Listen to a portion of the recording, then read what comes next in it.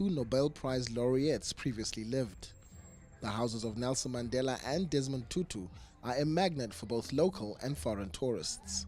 Me as a white South African walking in Soweto, never would have thought that this day would come. And I think more and more South Africans are accepting that it's part of our culture. It's something that we can all do as a family, as friends, and go out there and really explore our heritage and find out more about how great he was as a man, where his bringings came from, and really learn a little bit more humility as human beings, and really have that compassion and love for each other. Nelson Mandela strived for a united and free South Africa and spent 67 years of his life to achieve a non-racial democratic country. Peter Tollway is a businessman who once interacted with the late statesman, and today wears his shirt he received as a gift from Nelson Mandela himself. It was the 17th of November in 1997. And on that day when he visited, he spent 2 hours with us. And on that day, he carried some gifts with him. And one of them was the shirt that I'm wearing that he gave personally to me on that day. And I remember on that year, he was going to celebrate his 80th birthday. And I pride myself by saying even the shirt itself has got the label that says Mandela's 80th birthday. That's the original shirt that he wore. And I only wear it once a year, on this day only.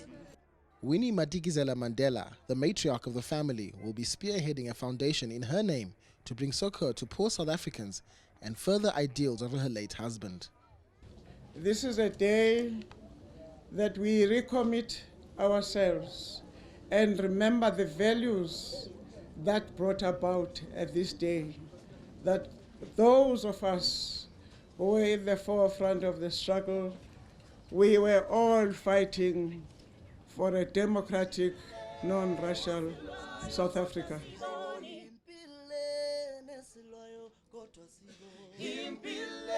But the day was all about honoring senior citizens of the area. They received blankets and food hampers from the mother of the nation, a gesture that was well received and one that brought joy to its recipients. While the day is aimed at celebrating the legacy of Nelson Mandela, some members of his family still struggle to come to terms with his passing. I think, it's always so heartbreaking just, coming to terms with the fact that my grandfather is no longer. And I always say to people that, for me, I feel like we need to continue celebrating his memory, and this is the best way you can do it. We can never get over his passing, but I believe in doing things for the people, which he was very passionate about. I think is a good enough way of, celebrating his legacy.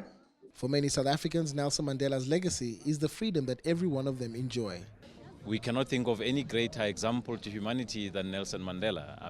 The name says it all. He struggled, but I think the greatest lessons that Madiba has left us is the ability to be able to, he said, one of his parting shots, he said, it's in your hands. And so it is in our hands to take over the baton that he handed over to this generation, to make sure that we change the lives of ordinary South Africans, to make sure that we strive towards a better life for all. Nelson Mandela has been one of the people that was part and parcel of the struggles. And I would encourage the youth especially, to continue the legacy of celebrating Utata.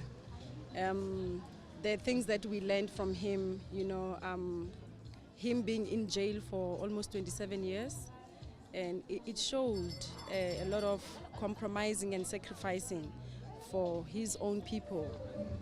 The 18th of July is celebrated in South Africa and in other parts of the world as International Nelson Mandela Day, where individuals spend 67 minutes of their time to uplift those that are less fortunate around them, corresponding to the number of years Nelson Mandela spent in the upliftment and the freedom of South Africa's people. From outside Nelson Mandela's residence in Vilakazi Street in Soweto, Johannesburg, I'm Lionel Skink for Go Tell Africa.